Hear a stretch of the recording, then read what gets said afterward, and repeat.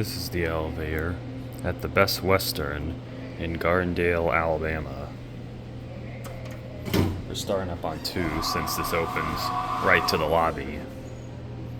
Let's just start by checking the interlock.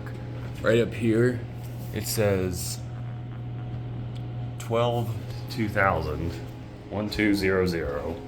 Let's go to 3.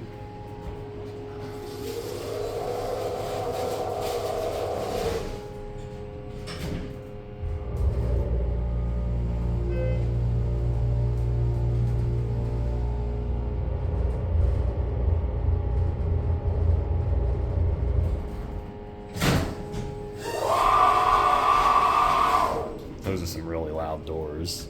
Just get a quick look at the hallway.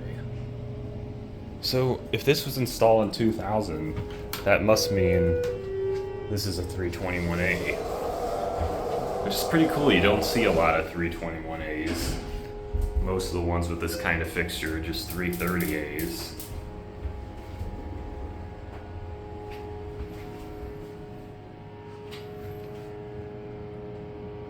feet per minute, 2,500 pound capacity.